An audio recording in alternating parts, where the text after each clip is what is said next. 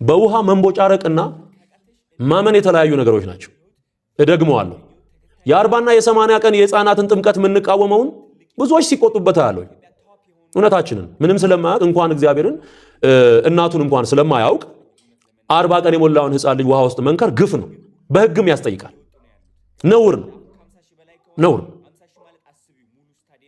እንደዚህ አይነት እንቦቀቅላ አድጎ ማሙሽ የሆነም ሰውዬ ማጥመቅ ምንም ዋጋ የለውም።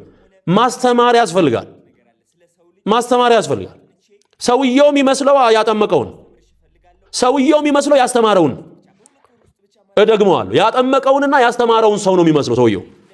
ወንጌል አስተምሮ በትክክል እኔ አሁን ወንጌል ወደ ጌታ ስመጣ እንደ አዲስ ነው የጀመርኩት፣ እንደ አዲስ ምንም እንደማያውቅ ሰው መጽሐፍ ቅዱስ ቁጭ ብዬ ተምሬ መሰረታዊ ክርስትና ትምህርት ተምሬ በያው እግዚአብሔር ፊት ያጠመቀኝ ፓስተር አጥሌ ይባላል።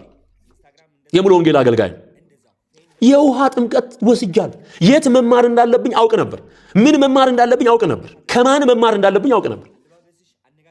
እኔም ቤተሰቤም በዚህ መንገድ ወደ ጌታ የመጣን በትክክል ተምረን ማለት በትክክል ገብቶን ማለት ነው። ሃሌሉያ። ከዛ መገለጥ በኋላ እኔ ፕሮሲጀሩን ጠብቄ በትክክል ነው ወደዚህ እውነት ወደዚህ መንገድ ወደ ጌታ ወደ ኢየሱስ የመጣሁት። አዮ ስለዚህ ያስተማረውን ሰው ይመስላል ሰውየው፣ ያጠመቀውን ይመስላል። ያጠመቀ መንፈስ ኢምፓርቴሽን አለ። ባይዘ ኢምፓርቴሽን ማለት መንፈስን መካፈል፣ መንፈስን መካፈል።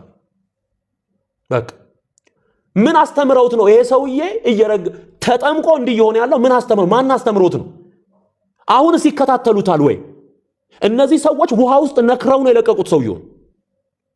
ነክረው ልክ ሻወር ወስዶ እንደሚወጣ ሰው ካላመነና የህይወት ለውጥ ከሌለው አይከታተሉትም ማለት ነው። መሰረታዊ ክርስትና ትምህርት አላስተማሩትም ማለት ነው። የሚጠየቁት በዚህ ሰው ጥፋት ማን ናቸው? አጥምቄዋለሁ ያለችው ቤተክርስቲያን ነው። እዛ ውስጥ ያለ አስተማሪ በሙሉ ይጠየቃል። አዮ እንጂ ዝም ብሎ እኮ ሰው ተጠምቄያለሁ ብሎ አገር አይበጠብጥም። የስድብ መንፈስ ካለቀቀው የምኑን ተጠመቀ? እንኳን አይደለም ሰድበህን አወድሰህን እንኳን እንለያለን እኛ በዚህ ዘመን። እንኳን አይደለም ሰድበህን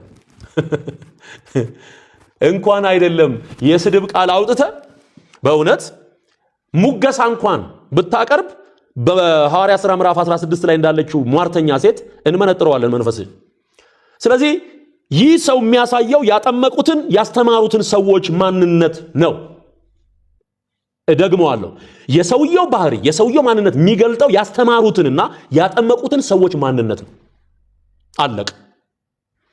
ካልሆነ ደግሞ ተከታትለው ይህንን ሰው በትክክለኛ ወንጌል መረዳት በትክክለኛ የመጽሐፍ ቅዱስ ትምህርት ወደ ትክክለኛው ባህሪ ማምጣት መቻል አለባቸው። ይጠየቁበታል። በቤተ ክርስቲያን ላይ ለሚያደርሰው ክፉ ነገር፣ በወንጌል እውነት ላይ ለሚያመጣው ዳሜጅ የሚጠየቁት ያጠመቁት ሰዎች ናቸው። ይህንን እንዳትረሱ። ስለዚህ